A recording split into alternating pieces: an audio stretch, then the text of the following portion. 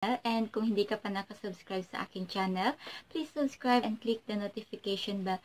So ngayon guys, magbibigay ako ng reaction dito sa napanood kong Maalaala Mo Kaya.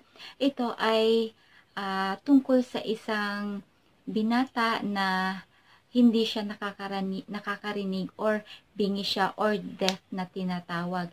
Ito yung mga hindi nakakapagsalita at nakakarinig na mga tao. So, meron itong talagang ipinanganak na ganito na ang sitwasyon. And ito ay si CJ. Ayan, gumanap dito si Nash Aguas at si Yula Valdez naman ang kanyang ina at si Ariel Rivera naman ang kanyang ama dito. So, ayan, bata pa lamang itong si CJ ay hindi na siya nakakarinig at nakakapagsalita. Kung kaya ay hirap siya kasi hindi naman kasi lahat ng tao ay matatanggap ang ganitong sitwasyon. Nagkaroon ng maraming pagsubok itong si CJ bago niya makamtan ang isang pangarap na inaasam ng lahat na makapag-graduate. At hindi lang basta-bastang graduate dahil siya ay isang cum laude.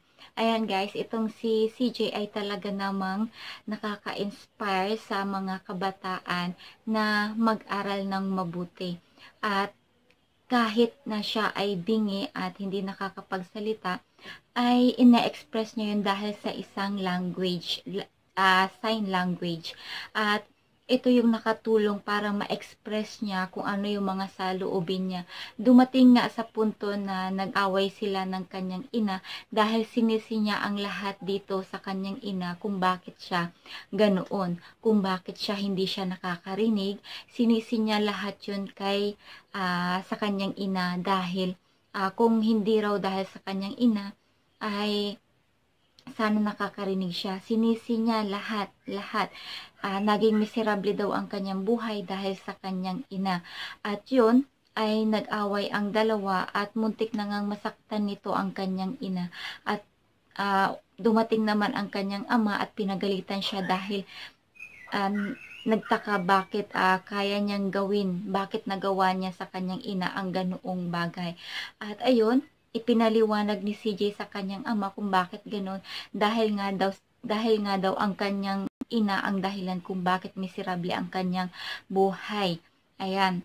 So, umiyak na lamang ang kanyang ina nang marinig ito sa kanyang anak na hindi niya ine-expect na ganoon.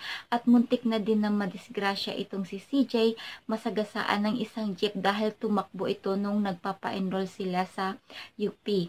Ayan.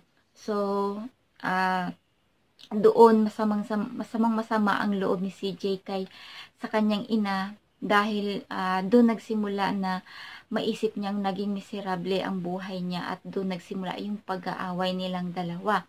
At ito namang si CJ ay kahit ganoon ang mga nangyari sa kanila, nag-usap silang dalawa ng kanyang ina at yun ay nakabuti sa kanila at nagpatuloy ng pag-aaral ito si CJ. At nagkaroon nga pala si CJ guys ng yung sa sining, ayan, dun sa tanglaw ng sining, nagkaroon din siya doon ng pagkakataon na maibahagi ang kanyang talento sa sining. At proud na proud itong kanyang ina at ama nang mag-graduate ito ng cum laude. At ayun, inawardan itong si CJ ng bilang cum laude at proud na proud sa kanya ang kanyang mga magulang. Hindi lang ang kanyang mga magulang, siyempre ang kanyang mga teachers at mga classmates ay proud na proud din sa kanya. At siyempre, hindi hadlang ang pagiging isang deaf o hindi nakakarinig para makamtan yung mga gustong pangarap na matupad. Hindi nagtapos doon ang buhay ni CJ kasi naging matapang ang kanyang ina para turuan at ipaintindi kay CJ na hindi siya naiibang tao sa ibang tao. Kaya matyagang inalagaan ng kanyang ina si CJ. At ayun, naging maganda yung naging resulta ng pag-aalaga sa kanyang ina dahil nga siya ay naging cum laude.